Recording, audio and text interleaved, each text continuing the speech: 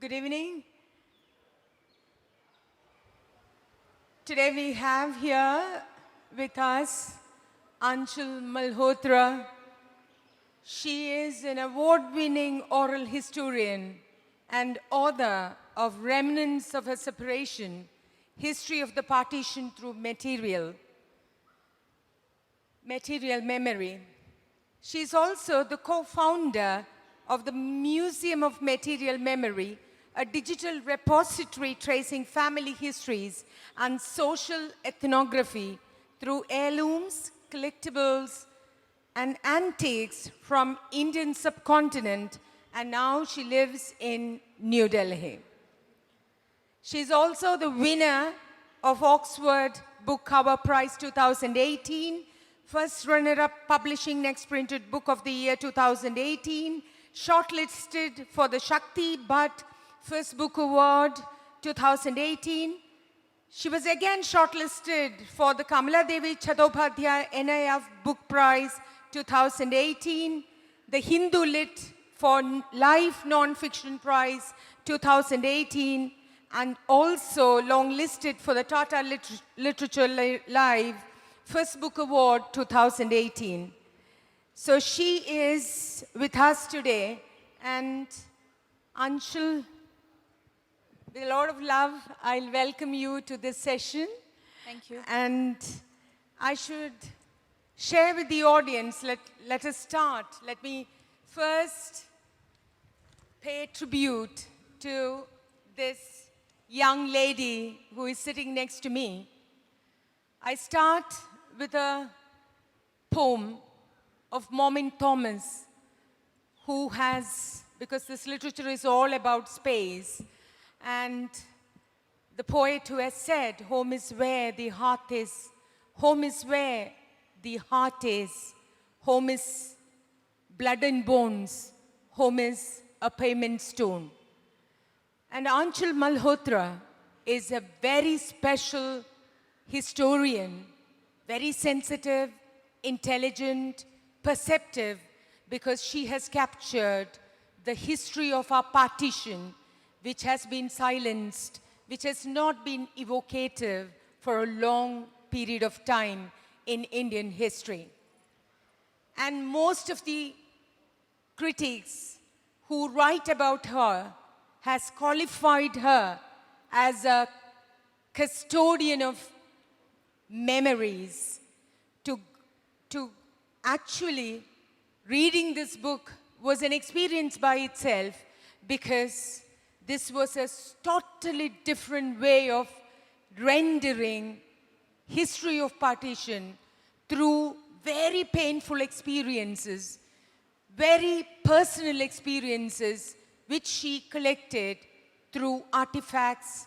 And Anshel, I would love to hear you speaking about the whole process of writing this book with our audience.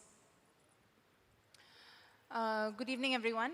So I understand that we're in the South, and the history of partition is a little bit removed from the history of South India, but it is still very much a cataclysmic event in terms of being a defining narrative of the 20th century in Indian history. I come from a family where all four of my grandparents were migrants from across the border. They all came from what became Pakistan. And it is important to note that when I was growing up, the history of partition wasn't spoken about at home. It wasn't something that we discussed. It wasn't something that I was told about. There weren't bedtime stories about it. And so partly the project is to understand what the big word partition means for the current generation like myself, whether there are ways we can engage with it. What does it mean when an event of trauma has happened so many years ago? Are its scars still lingering? Do people still recall it? So it was a way for me to understand my history better. Of course, I do it in a very non-traditional way, looking at artifacts that people carried across the border from Pakistan to India and India to Pakistan. Things like books and shawls and heirlooms, and why people carried those things they did, and trying to understand the large H history of partition to the small h history of people that migrated. And there are many historians who have worked about, or well researched and written about partition. But what I find that Debjani, for example, and then Urvashi, Professor, so I think they have collected statistics, they have researched about the kind of monstrosity that happened with partition. But what I find unique in your rendering is, you know, how did you manage to elicit, excavate so much of information through your questions? You know, that I find in this particular book, what I find fascinating is how a woman, you know, who could collect so much of information and then validate it academically and then reorganize and give it a structure. I think the first point to understand is that we are not recording memory of partition for the sake of recording. There's no point in just going to someone and saying, tell me what it was like, it was horrible, I want to hear it. The point is to collect memory and to pull it apart and to understand what it means, what it meant, what sorrow, what longing, what hope, what fear it carried. So it's important to note that when I was interviewing people, I didn't go in with a set of questions. And we almost never began with the word partition. Because you're trying to ask someone the most vulnerable thing about their life. And there needs to be a process of sensitization when you do that. So we would always start with the weather, their children, their families, how it felt, what they did that day. And very gradually, I would start from the beginning. I would start from where they were born. I would start from the kind of food they ate. You know, food became a big connecting thing because it's very difficult to say, oh, you lived through partition, tell me all about it.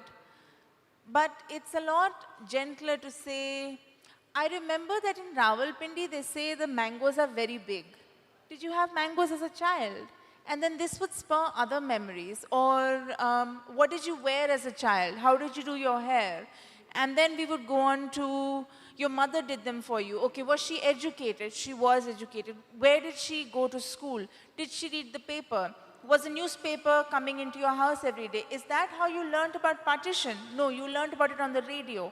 What did you hear on the radio? What did partition mean? So you're entering into the architectural space of trauma through perhaps gentler means. And I think that you mentioned being a woman. Being a woman is, in this case, it has become an advantageous factor, but it has also taken a lot of opportunities away from me because the physical spaces women can enter are less than men. The areas women can go to do field work are less than men. But I think the sensitivity that women bring to perhaps an event of trauma, I don't know, maybe I'm wrong, but I can only speak from my experience. That sensitivity is difficult to bring as a man. So I think that where maybe the geographic limitations were there, the sensitivity has compensated for it. I think very recently we also, you know, like one, in the foreword, especially in this book, there is a question that is being asked. What is the most valuable thing that you would carry when you are dislocated from your space? Like animals, we are also very territorial.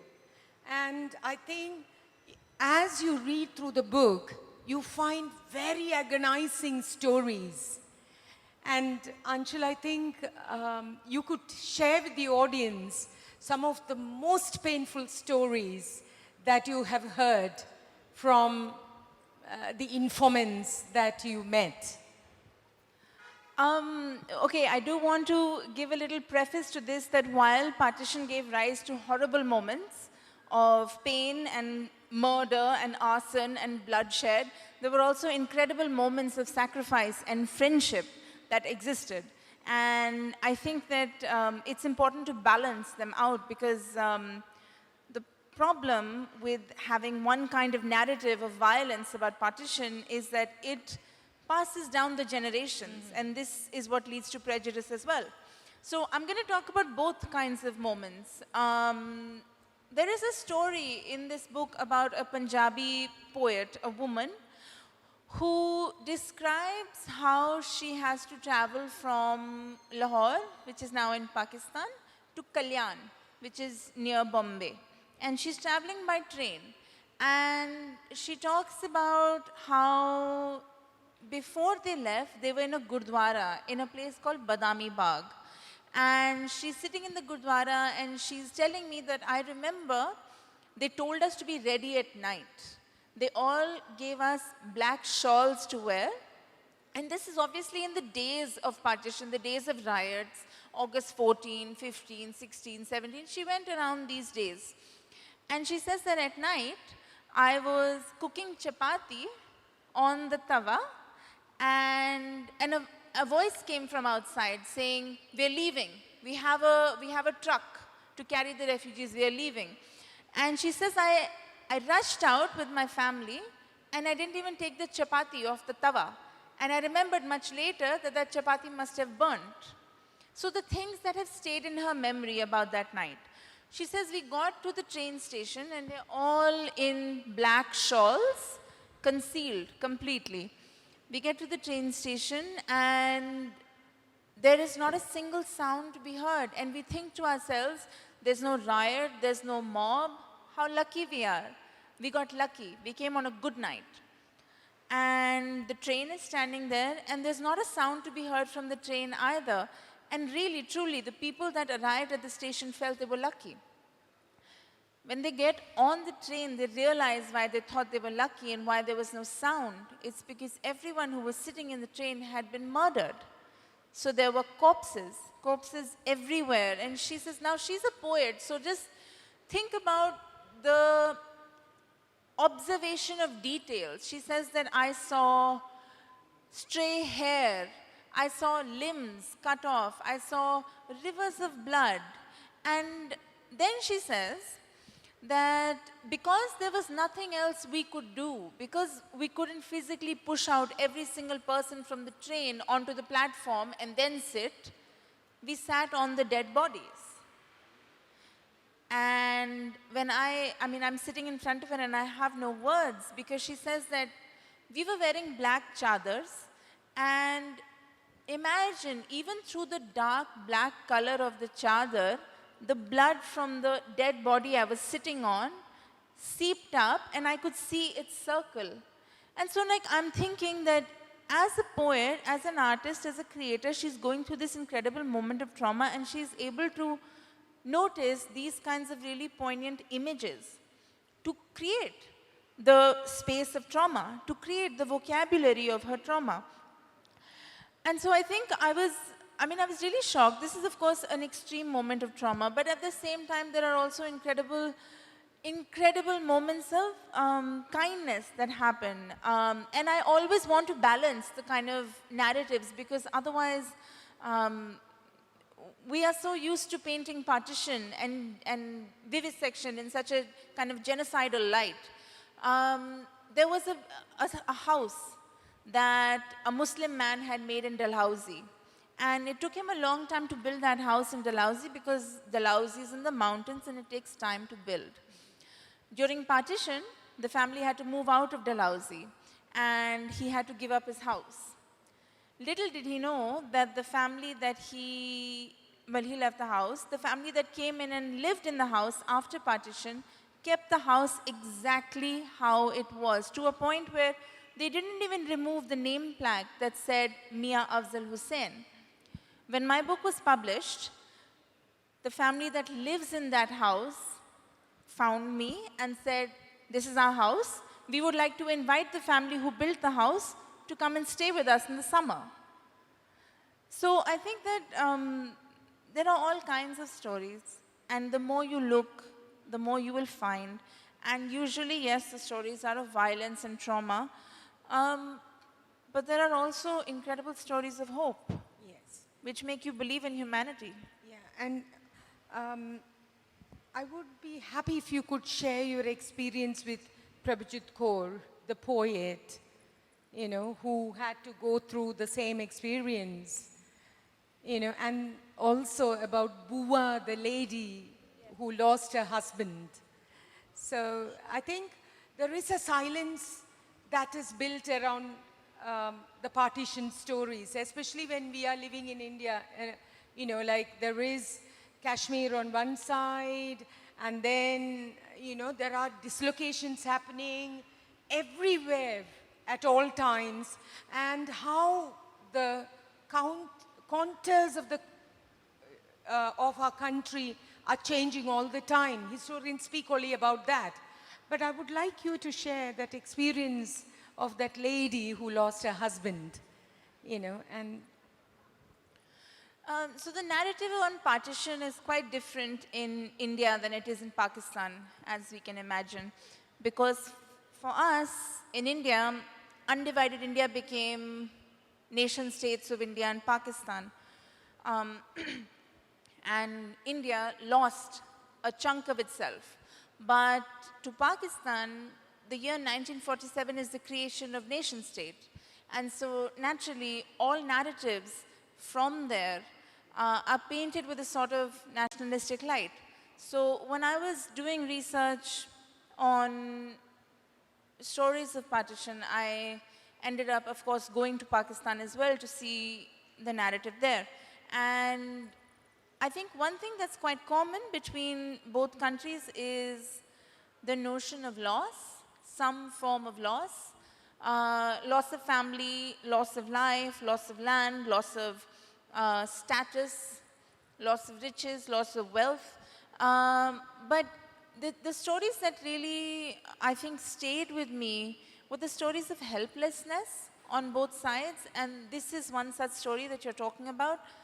I was at the Karachi Literature Festival and I was talking about this book, and I really thought that the reception for the book in Pakistan would be met with a lot of hate, because what I've tried to do is to say things as unbiasedly as possible, so there is criticism of both India and Pakistan. But of course, criticizing Pakistan means criticizing their two-nation theory, and so I really thought that if I talk about this book in Pakistan, I would get a lot of hate from that side. But it was really quite the contrary. One of the women came up to me after the session and told me a story of this woman who had worked in our house called Bua. And I swear it feels like every single story is painted in such a uniformly tragic light that sometimes it doesn't even matter the space you're talking about. You could be talking about Delhi, but you could be talking about Lahore, you could be talking about Rawalpindi or Bombay. It kind of all feels the same because we tend to forget that violence happened to all communities. Hindus, Sikhs, Muslims, Parsis, Jains, Rajasthani, Gujarati, Kashmiri, Punjabi, Bengali, it happened to everyone. So this woman comes up to me and she says, I want to tell you the story of the woman who worked in my house, and we used to call her Bua. She was a single woman when she arrived in Pakistan. But when she left India, she had left with her husband. One husband, one wife, wife was pregnant. They are on the train coming to Lahore, and the train is stopped midway, and the husband, many men, are dragged off the train and basically just killed with swords. Her husband is one such person.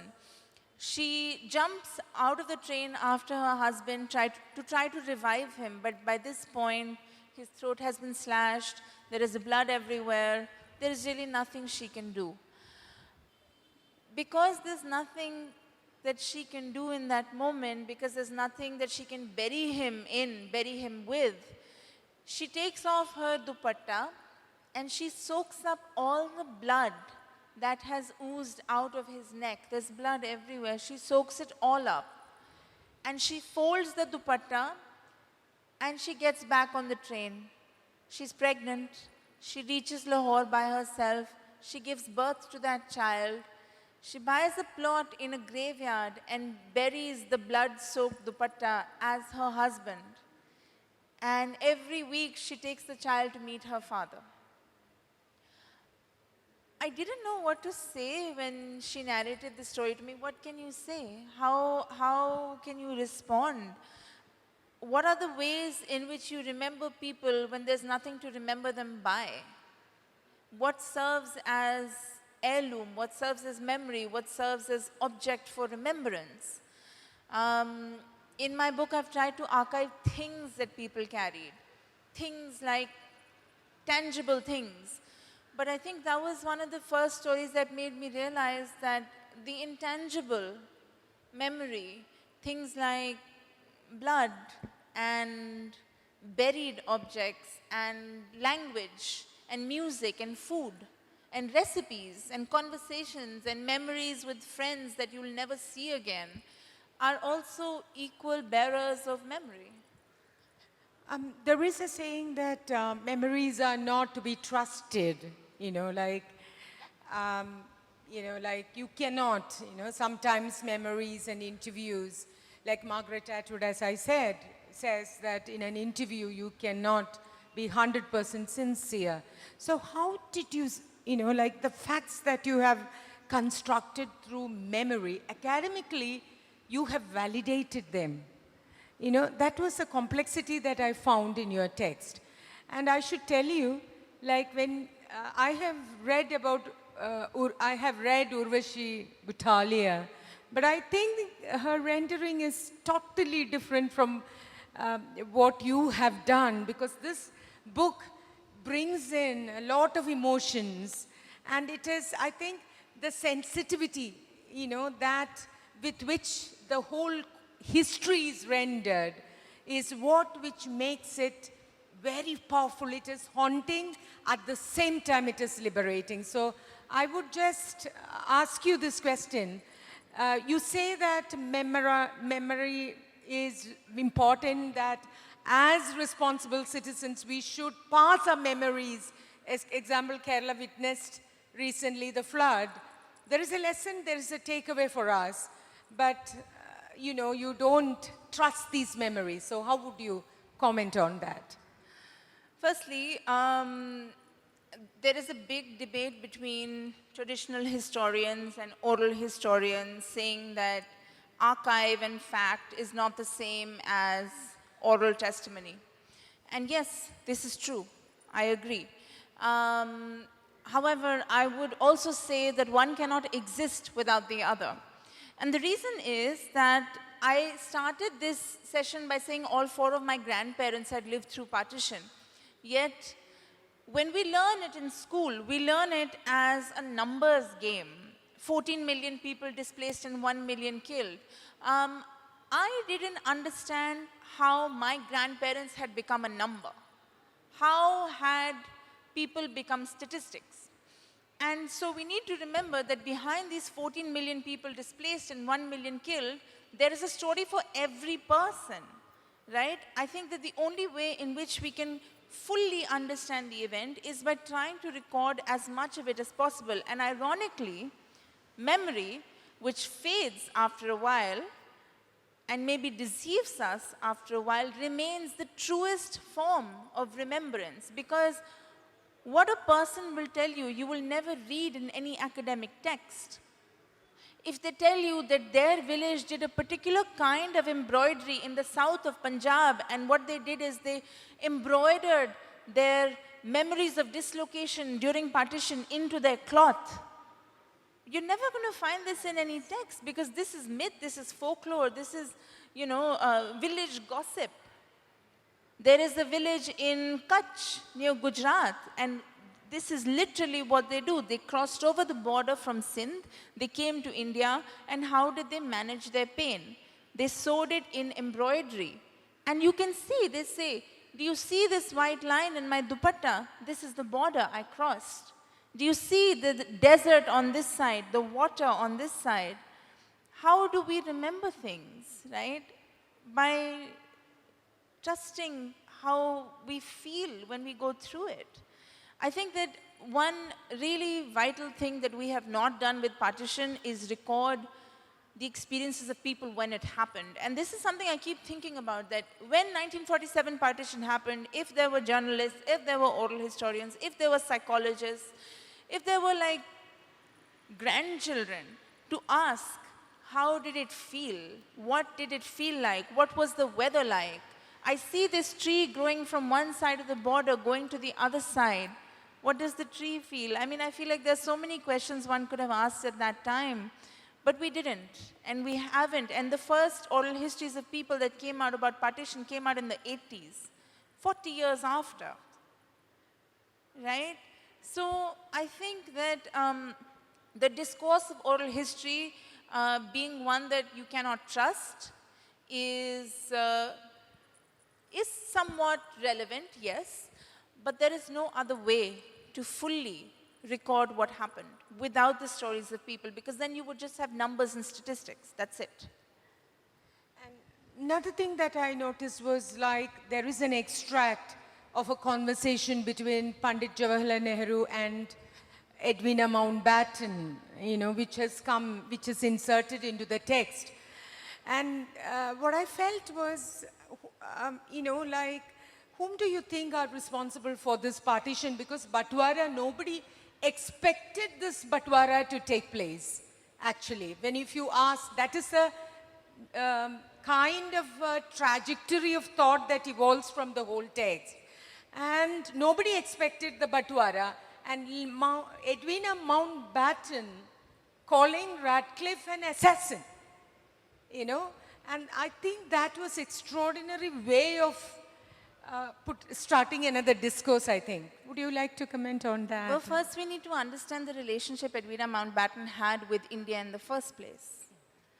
Her husband was sent here as the last viceroy in early 1947 to liberate India, as it were, to give us freedom. Freedom came to us because of the consequences of World War II. England won the war but had no money in its treasuries to support India as a colony, and they wanted to get out quickly, right? Regardless of the way in which they left the country in. Now keep in mind, which is something we never think about, that if India was in a bad condition in 1947, so was England. They were bankrupt. There was nothing in their treasury, there was nothing in their granary, everyone was living off of ration coupons, which is something that is common knowledge. The thing is that the larger population of the island of England literally had no idea and no need to care about what was happening in India. So imagine this, a whole island that has created an empire on which the sun never sets, its population cannot care about what is happening in the subcontinent. So the British are bankrupt, they want to get out of India, they want to get out fast. They get Mountbatten, who comes with his family.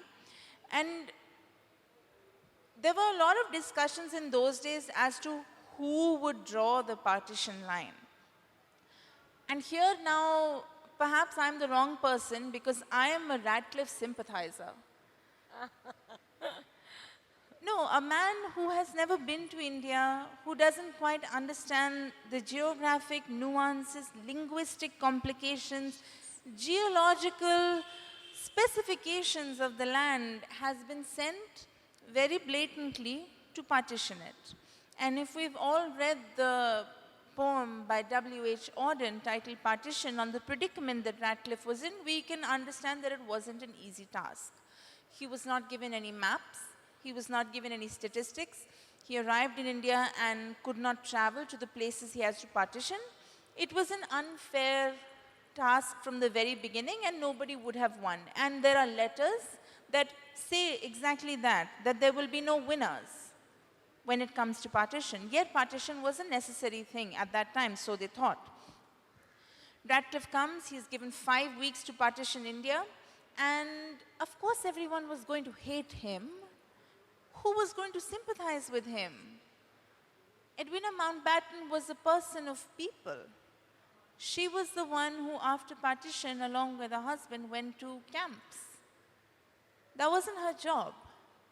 right? And this is one of the things, one of the complications with writing history is that you cannot pick up a historical event from the past, put it in the present, and justify it. Because there are things we know now that we did not know then. And just because we have this knowledge, we cannot use it to right or wrong the sides of history. So Radcliffe makes the partition line. He is told to make it by 15th August, which is 5 weeks only. And after he makes it, he burns everything. He burns his papers, he burns his documents, and he goes back to England because he's afraid. Right? He's afraid. And what happens? Independence is announced on 14th and 15th August for the simple fact that the Mountbattens cannot be in two places at the same time. So Mountbatten goes to Karachi on 14th August for Pakistani Independence Day, and then he comes to India, to Delhi, on 15th August. The partition line is still not announced. It is announced on August 17, 2 to 3 days after independence of both countries, which means that if you were living in Malda and you thought that you were on one side, actually 3 days later, you'd end up being on the other side. There were territories that were given to India, like say Gurdaspur. Gurdaspur was awarded to Pakistan for 3 days until the Indian government said, no, no, no, if Gurdaspur is taken from us, then we have no way to get to Kashmir. So then Gurdaspur was taken from Pakistan and given to India. Now there are many areas like this, but I'm just trying to say that it was more complicated than any history book tells us because real people were involved. A person physically moved from one part of the border and went to the other part, right? Without adequate knowledge of what was happening. And then I think the audience would be, I don't think many of us know the acronym of Pakistan, you know, which you have given as an end note. You know, Pakistan, I think the audience would be delighted to know what it means. In 1933, in Cambridge University, a man called Chaudhry Rahmat Ali wrote a pamphlet. He said, the pamphlet was something like, are we to live forever, do or die, something like that. And in it, he conceived of a Muslim state, separate from India. And the state was called Pakistan. Pakistan stands for Punjab, Afghan provinces, Kashmir, Sindh, and Balochistan. These are the provinces that they had originally hoped would be encompassed within this territory. Of course, not all of it was given to Pakistan, but this was the original thought that Quaid-e-Azam Muhammad Ali Jinnah had for the nation of Pakistan, which is why when India was partitioned and Pakistan was finally created, there is a very famous line he says where he claims that we were given a moth-eaten Pakistan. And then another thing that I found was like when during the partition, most of the frontier states, you know, they became border states. And then you have the Chakmas, as I told you earlier, the Chakmas, the tribals who were living in the east of Pakistan, I think, they never wanted to be there, and they literally tried to escape from there and entered India. And of course, the Indian government allowed them. It was very porous, I should tell you. So, and then we witnessed the division of Bengal, you know, the partition of Bengal, and other places as well. Now the burning issue is Kashmir itself. So what I feel is, you know, the insensitivity that you see in this, you know, like related to space, you know, erasing the boundaries and, you know, redrawing the lines of boundaries is, you know, like some of us drink a cup of coffee and just read the news that there is, you know, Kashmir is closed, there is no facility, and, you know, like what is happening exactly is not being discussed. I think memorialization is, do you think that memorialization would address and make us more sensitive to these issues which are connected to nationhood. From whose perspective? Nationhood is created by nation state, Yes. which is not always in the best interest of its people. And then I think one more question that is regarding, there were too many, like the Indians on one side, Pakistani people on the other side, people from Bangladesh, you were collecting, and also British people, the hereditary keepers of the Raj. And there is, I think I fell in love with that chapter, the hereditary keepers of the Raj. I think the audience would like to listen to your experience in talking to the British person who was here in India and left for India with a lot of nostalgic memories. I think we also forgot that this session was titled The English and the Spaces They Left Behind. So maybe we can address a little bit of that. I think one of the things I learned in my research was when you research post-partition memory, one of the biggest sides you ignore, I think, is the British, because you always see them as colonizers, and they were, but that doesn't mean that a lot of people didn't leave India with a heavy heart, particularly children who had been born here, wives that had made their lives here, officers in the army who fraternized with local officers, who were really embedded in the lives of people in India. I think it really hit me when I met an Englishman in London who was born in Ahmednagar in India. And I don't know why until then I didn't even realize that English people could be born in India, which of course they were, right? Because if you were a family living in the Raj, your kid would be born in India. And all through our conversation, and this man, I met him when he was 93 or 94. All through our conversation, he tried to convince me that he spoke Hindustani. Hindustani is not, in the North we say Hindustani as a language, not in the same way that you use it here, which is a mixture of Hindi, Urdu, Punjabi and English, with some words of Farsi as well. So he tried to convince me that he spoke Hindustani, and he said it multiple times. And then we started talking about what he remembered about home. And his wife said that they listened to a lecture in London by a Pakistani professor, and she was worried her husband, who was 94, wouldn't understand anything because of the difference of accent, because he was English. And when they came out of the lecture, she asked him, "Did you understand?" And he says, "Yes, of course. This is the language I grew up with. This is the language I remember, language of my childhood." So what he tried to tell me then is that, listen, I understand Hindustani. And I said, "Yes, I know you mentioned it before." So he started singing a song. And what did he sing? "Vicks ki goli lo, khich khich dur karo."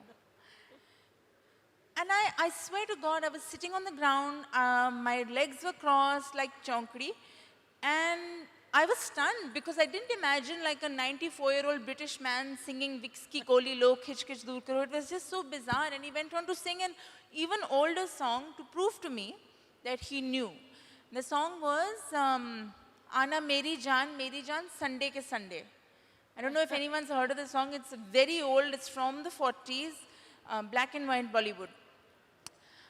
So I think that the things that he was telling me, when I asked him, "What did you remember about home?" He remembered everything, where there was station, what the house looked like, and what the land smelled like. What he was fixated on was the smell of gili mitti, wet earth. You see, in India, we have sand everywhere. We have soil everywhere. When it rains, it smells. It's difficult to describe how it smells when it rains, but we all know the smell of rain in India. Of course, the rain smells different in England, where things are made of concrete and pavements. He missed that, and I think talking to him made me realize just how embedded in the social circle the English were in India, despite all the, I guess, colonial narratives.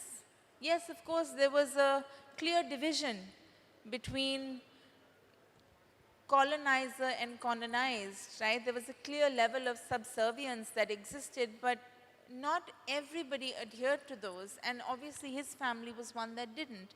But it was very important for me to record that even English people went through partition in a strange way, where they were uprooted from their jobs, not in the same kind of loss, because they still had with them quite a bit of privilege, but there was still a certain sense of loss of affluence. And compared to someone's loss of life, that might not mean as much, but it is still a kind of history that needs to be recorded. And then another important thing that I noticed was language.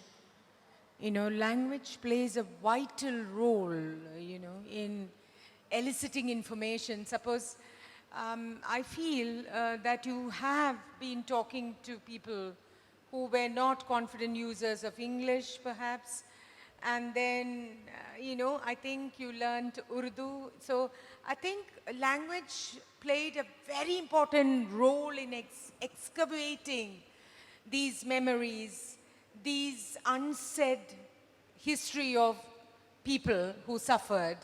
So could you please elaborate on that? When I started working on this book, I think my Hindi was terrible. My Urdu was non-existent. Although despite coming from Punjabi family, I spoke no Punjabi. And all of this became very clear when I started doing my interviews. So if I listen to the audio of my first couple of interviews, it's all in English, but it's totally, it's not actually asking any real questions.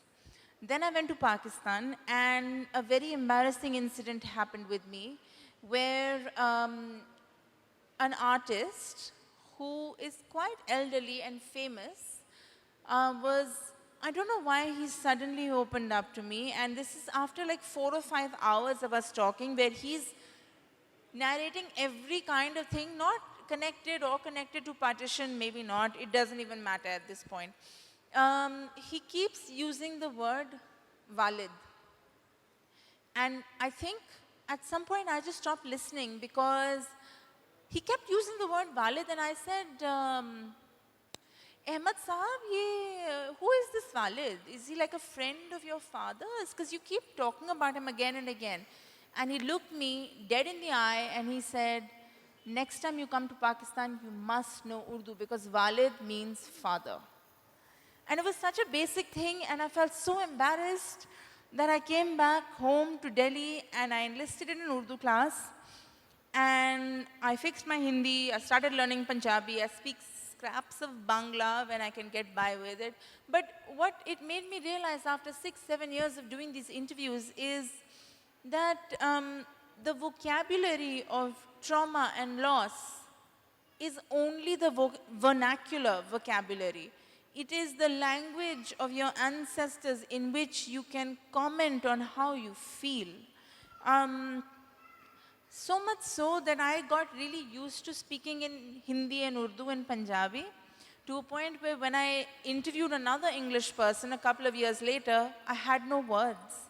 Even though I think in English and I write in English and I dream in English, I had no words to ask the questions in English, because for me the vocabulary of loss and violence and partition is the vernacular vocabulary, right? Because I just feel like you can get under the skin of a particular person to the core of how they feel by the language they have spoken since childbirth. You can't do that with English. English is a reductive language. It is a language of maybe connection. It is a language as a means to an end. It is never the beginning and it is never the end. Another important thing that comes to my mind is, as you narrate the story, there is a lot of information that had to be collected from India, from Pakistan, from England. What about your experience in collecting information from Pakistan? Because those of us who are sitting here, we do not have an idea about what kind of system works there. So we think, you know, we hear all the bizarre stories and then we imagine it to be a place where there is a lot of Yes? yeah, violence, or maybe there is no system in place and so on. So how did you manage to get, how will you comment about the system which works in Pakistan? System is the same.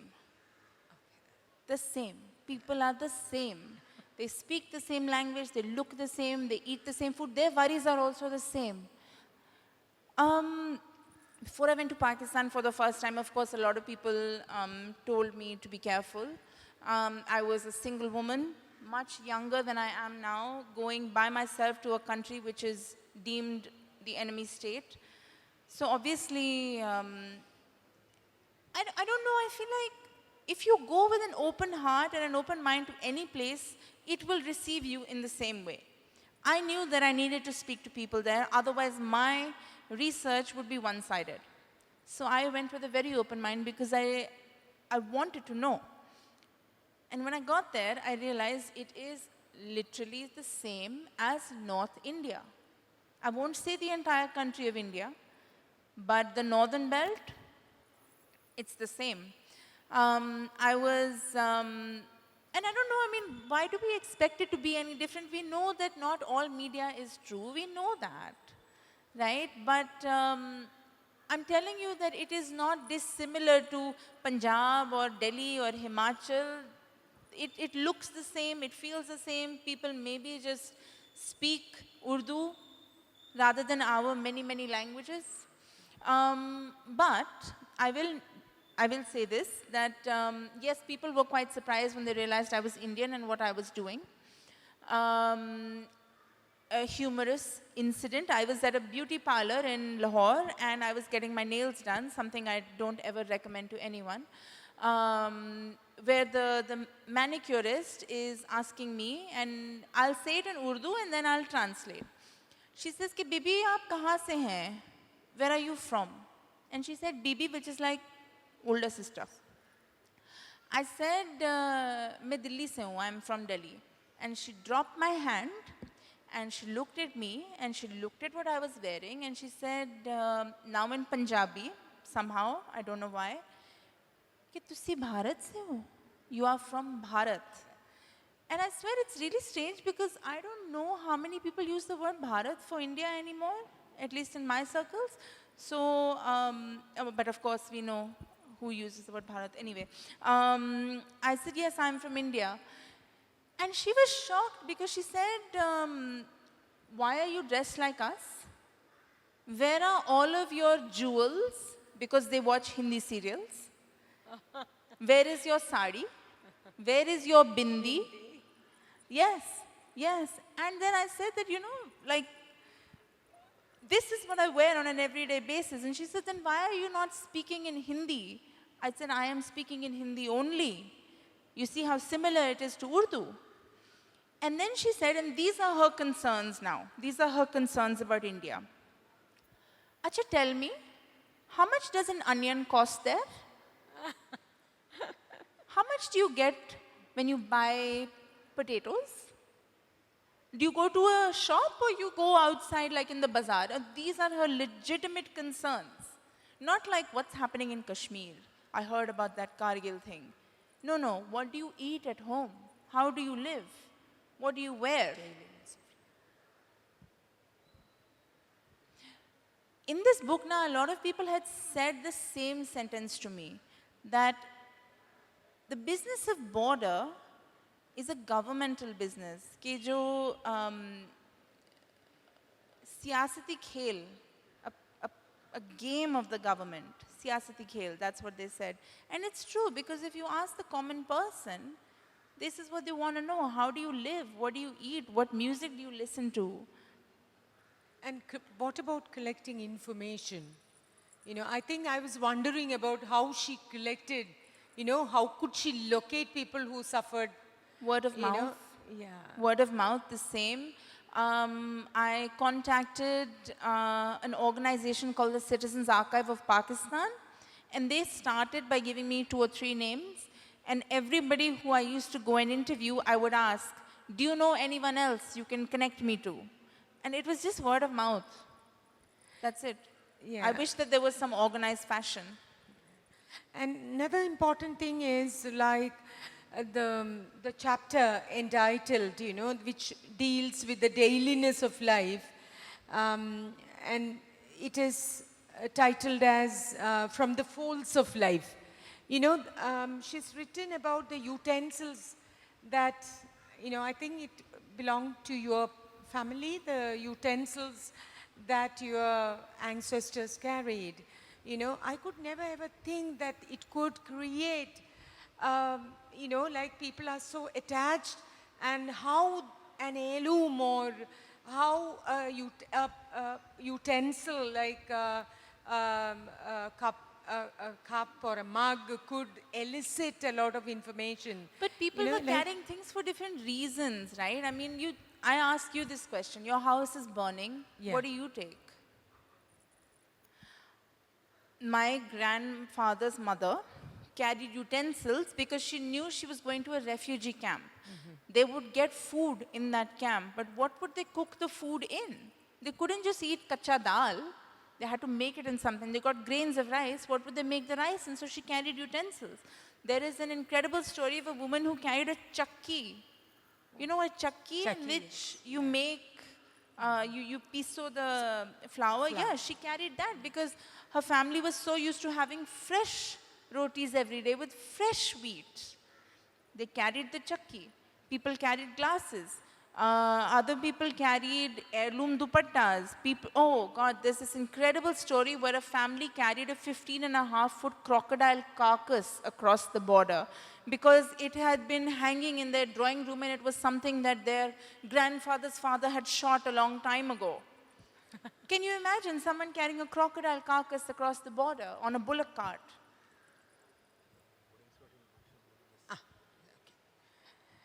So this is a story, this is history, his or her story, created through objects, through signifieds, which the dislocated people, people who lost everything, carried with them to a new space. As we all know, we are like animals, very territorial, and we know the pain of loss. I wouldn't say that this book is embodies or records just the story of loss, but I will tell you that this engages you intellectually, emotionally, to rethink, to describe the histories that are written over a period of time without any sensitivity. Thank you, Anshel, for being with us. And now the audience can question, you know, the forum is open to questions.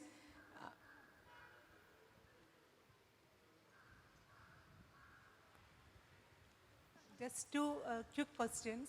One thing is, in all your studies, could you find that the kind of things that people carried, I mean, how same they would be for any kind of a refugee exodus? I mean, there have been many such all over the world. And could you say that there was something very distinct about this India-Pakistan across the border going? And secondly, did you ever find any kind of a regret with the people on both sides of the border as to wish that the partition never happened? The latter is true and not true depending on when you ask certain people the question. For example, you ask some Muslim families in Delhi specifically if they wish they would have gone. Because at one point, there were more Muslims in India than people in Pakistan at the beginning. And what happened then, especially from Delhi, is that a lot of young Muslim men went to Pakistan because government was being made, there'd be jobs, there'd be important jobs. As a result, a lot of young Muslim women were left single, couldn't get married. As a result, the family had to move there. So it is based on circumstance. On the flip side, you ask people, do you wish you would have stayed? Hindus in Pakistan, Muslims in India, and some say yes, and some say no. I think that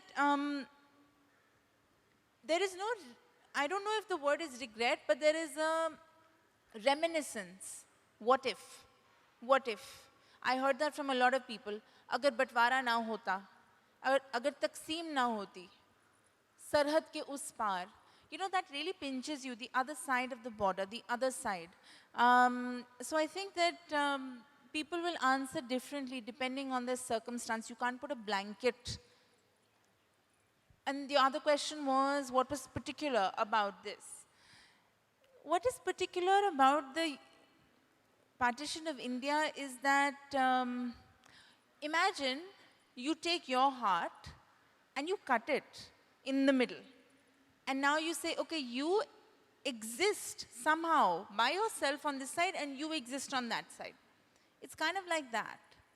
You divide a nation that is not meant to be divided. And you see its consequence.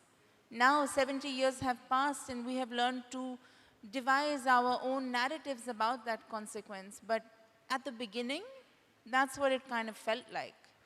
That I have recorded stories of people saying, we didn't even know when we had crossed over the border because there was no fortified border, the land looked the same. The people looked the same. They were crossing in trains and they said, in the compartment of a train, I quietly became Pakistani. I didn't even realize. There was no stepping over the border. Hello. Yes. Malhotra, I would like to ask you on, as you said, border is only a governmental game, whether it is the Manmohan lane or the Radcliffe lane. Everywhere. My question is a hypothetical one. If Gurdaspur was still with Pakistan, what would be the Article 370 like? The next question is, what are the similarities between the Holocaust-driven drama literature of Germany and that of the partition-driven dramatic Indian literature? Any similarity there? Okay. Answering your first question, which is a hypothetical and very complicated one, I don't know if I have that kind of answer because, as I told you, Gurdaspur was given to Pakistan for 3 days, and based on official records, it was made to be given to India despite its Muslim majority. It was given to India based on the whims of Lord Mountbatten. This is what we know from documents. Now, how much of that is true and who has written those documents, we don't know, right? But I do know, I have personally recorded stories of the Muslim families that left because they thought they were in Pakistan for 3 days, right? And suddenly they got to know they were in India. So the exodus over there was obviously quite bloody. I don't know what the consequence of 370 would be if, you see, but Kashmir was always going to be a state in itself at the beginning. Pardon me? It could be blurry. The Article 370 could be blurry as that 3-day stay in However, Gurdaspur. but I do want to say that Gurdaspur had nothing to do with what happened with Kashmir. But you can end up Kashmir through Gurdaspur. Yes, you had a land route, but that has nothing to do with what happened with Maharaja Hari Singh in November 1947. That has nothing to do with it at all. If Gurdaspur would have been given to Pakistan, then just our border as it looked at this moment would be very different. It would not have had anything to do with what happened in Kashmir, which was months later. Now, answering your second question about Holocaust versus partition, or the similarity or differences.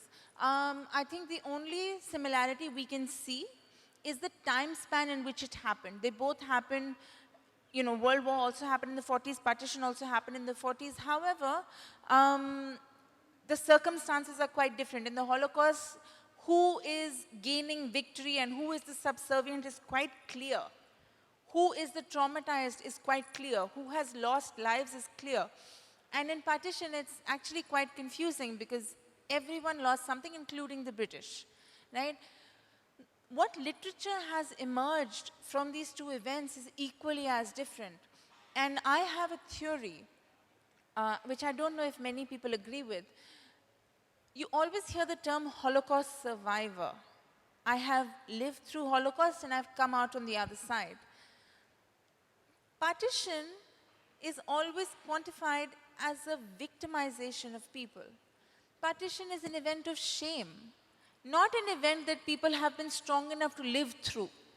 When that narrative doesn't change, when we start telling our kids this is what happened and this is never to be repeated again, as they do in Germany quite staunchly, then there will be some similarity. But in this case, as we have seen since 1947, several other communal wars have been waged and won and lost for the same reason. As a scholar of partition, you can see the trends, and we have obviously not learned, which they have done in Germany. That is the difference between the events, in my opinion.